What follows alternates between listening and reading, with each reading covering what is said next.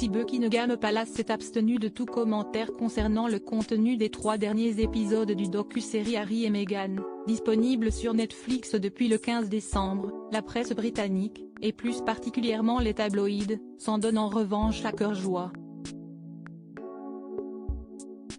Il faut dire que le ton et les critiques des Sussex sont montés crescendo au cours des épisodes, tout comme la spirale médiatique qu'ils décrivent dès l'officialisation de leur relation.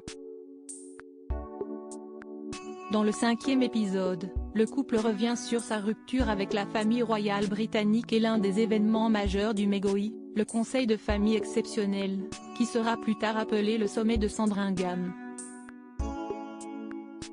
Le prince Harry était invité à présenter son projet de vie devant les membres les plus importants des différents services du palais, ainsi que son père, Charles, son frère aîné William et sa grand-mère, la reine Elisabeth II. Si Harry a pu s'épancher sur le sommet de Sandringham, c'est parce qu'il n'existe aucune trace de cet événement, peut-on lire dans les colonnes du Daily Mail de ce vendredi 23 décembre. Fidèle à sa discrétion légendaire, la couronne britannique avait en effet fait le nécessaire pour que rien ne s'ébruite de cette discussion inédite. Nos confrères britanniques rappellent aussi que la reine avait ordonné le passage au crible de la pièce où la rencontre a eu lieu afin de s'assurer qu'aucun mouchard ne s'y trouvait.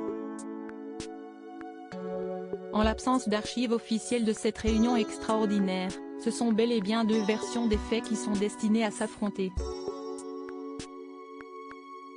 Harry et Meghan Markle, Märtha Louise de Norvège, Juan Carlos.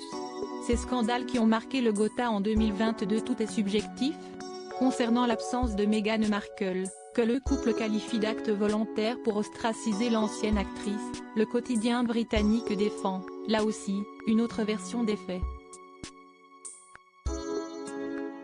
Le Daily Mail réplique qu'elle est surtout liée à un impératif de sécurité. Il était impossible de s'assurer que personne ne serait présent à ses côtés s'ils autorisaient la duchesse de Sussex à participer à la discussion en visioconférence. De même, le risque que la conversation soit enregistrée pour la postérité était trop important. Quant à l'échec du prince Harry lors des négociations, si celui-ci évoque une infériorité numérique et l'absence pure et simple de véritables discussions, le souvenir de cette rencontre n'est pas le même du côté de la firme. C'était terrifiant de voir mon frère me hurler dessus, mon père dire des choses complètement fausses et voir ma grand-mère entendre tout cela, s'est rappelé le duc de Sussex dans son documentaire.